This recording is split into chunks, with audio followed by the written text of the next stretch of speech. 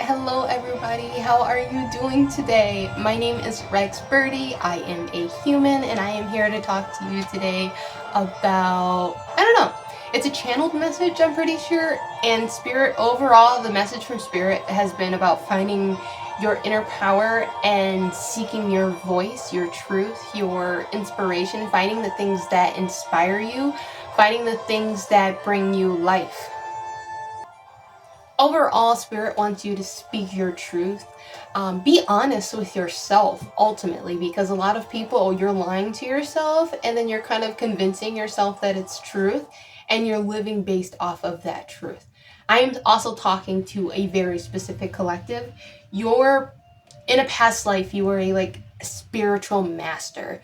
Me, I'm talking about me personally, myself, because I've been getting connected with my past lives.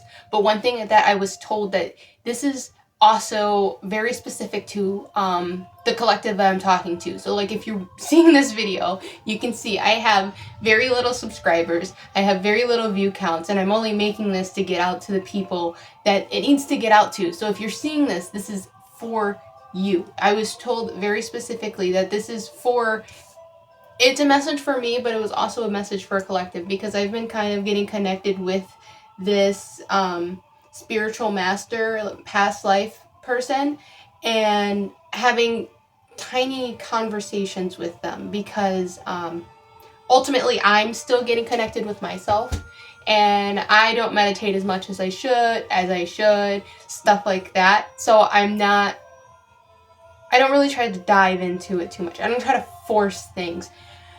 So I only get what they allow me to get at the time.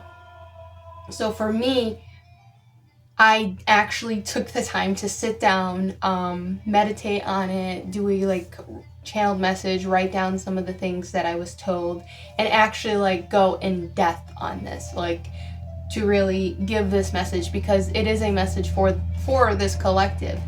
And it's very specific, very, very, very specific.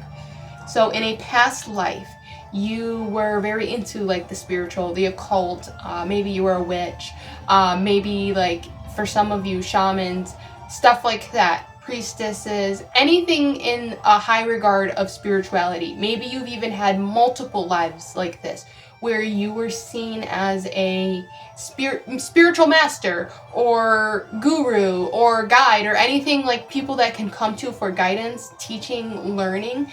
You were this spiritual master. Some of you even perform miracles and things like that, to where you were this highly regarded person. Some of you were not, but it's not because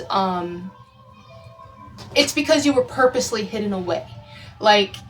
You had these spiritual masters that mastered these gifts, and they were able to do these amazing things, but they were hidden away from the world because the world was not ready for them. Some of us had ancestors that were unalived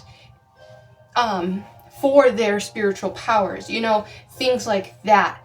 And these so this is our ancestors that are trying to connect with us now, and they're kind of telling us we've done the work already. We've done the spiritual work, and all you really need to do is connect with our energy, get aligned with your spirit, start speaking your truth, unblocking that throat chakra, because it's really going to help you when it comes to the next year or so. Okay. But for another, this is separate. I really want to talk about it, but this is separate. So it's for an example, I want to talk about mine. I'm sorry. I'm not sorry. But okay, so he was I think a monk or something along those lines, because he shaved it. He did have a family, and all of that, but he started getting really into spirituality, and he would meditate a lot, and then it's hard to talk. His family, he loved his family, and his family loved him, but they are misaligned. He was misaligned from a lot of the world, because he had different dreams and had different goals, and it was a different life. I don't know if it was my last previous lifetime or a lifetime long time ago. I'm not trying to worry about that. but it was a different culture, a different kind of lifestyle than like what I have. I don't know. It's like she really, really wanted him to not do this. And he knew that it was really important for him to do this. He just had this sense of, I have to do this. It's really important.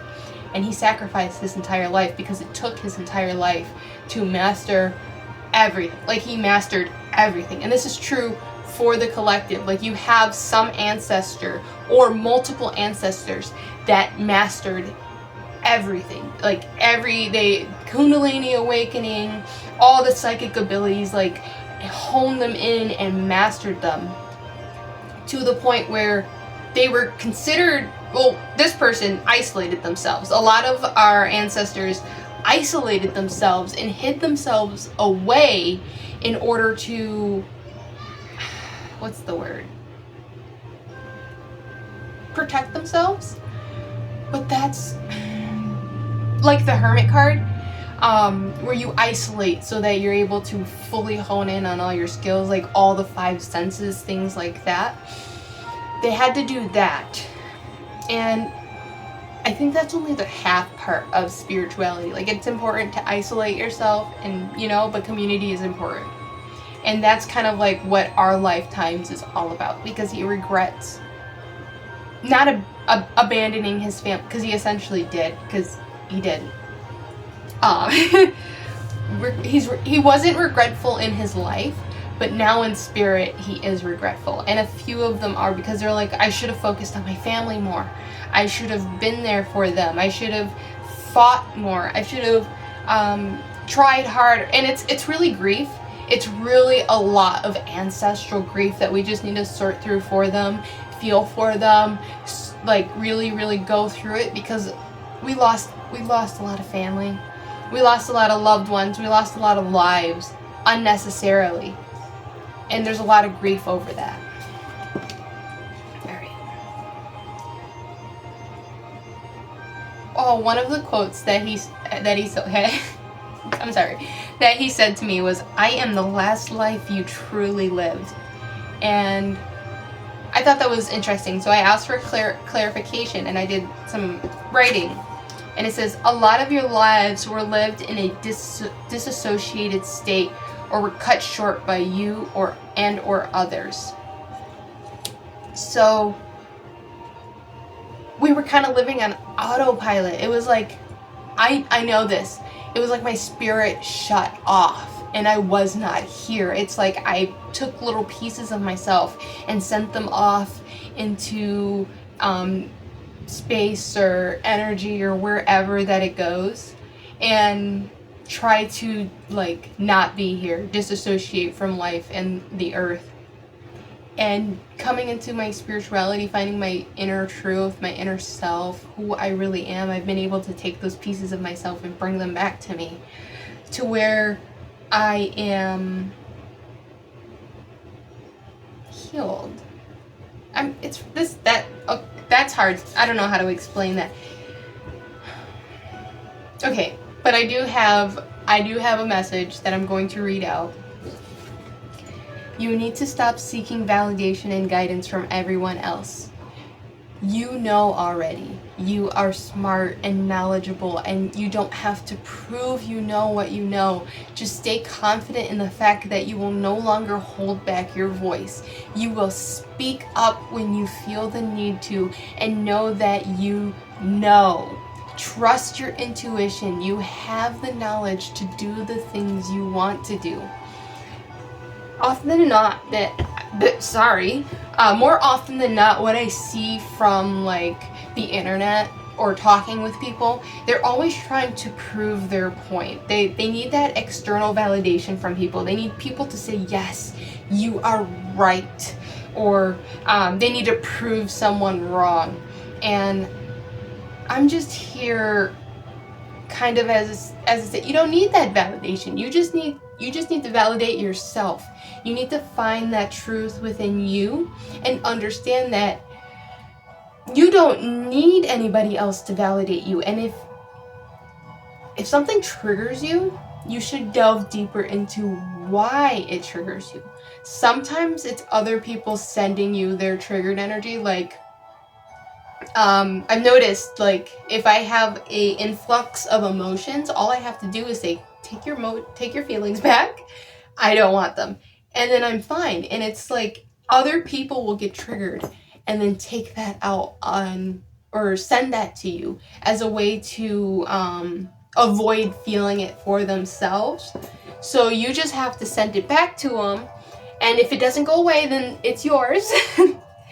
And if that happens, all you have to do is really delve deep into why.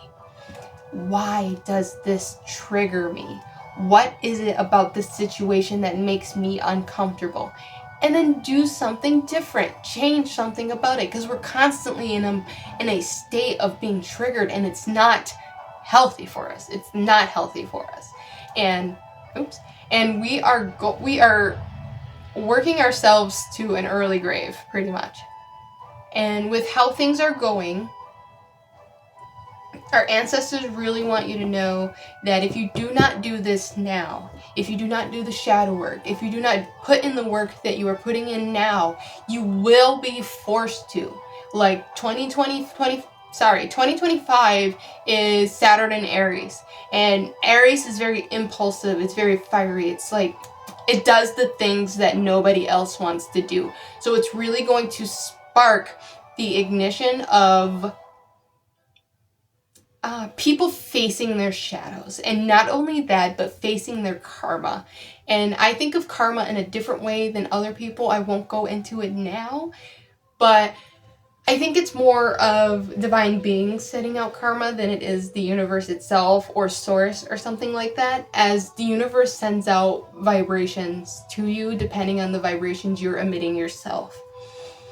So it's a whole conversation to be had, and I would love to have it, just not right now. It's already, I don't want to make it too long, but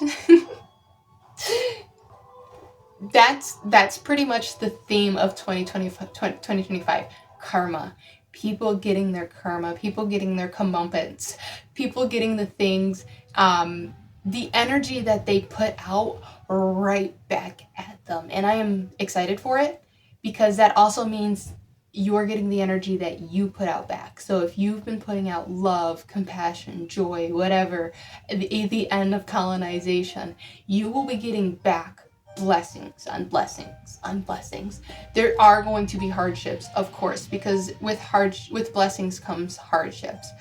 But it's not going to be anything that you cannot handle, because you've already been thrown through hell. You've already seen the depths, and you understand how to go into that and handle it. You're gonna, I'm telling you, you think, a lot of you are tired. It's like 9 of Wands energy. So many of you are tired. So many of you are exhausted. You're like, I've been on this battle for so long already. When is the rest going to come? When am I going to be able to just relax and not have to worry about this shit? And I'm telling you, 2025 is that year where it's going to bring you into that kind of mindset or reality. But yeah, that's it. Bye-bye.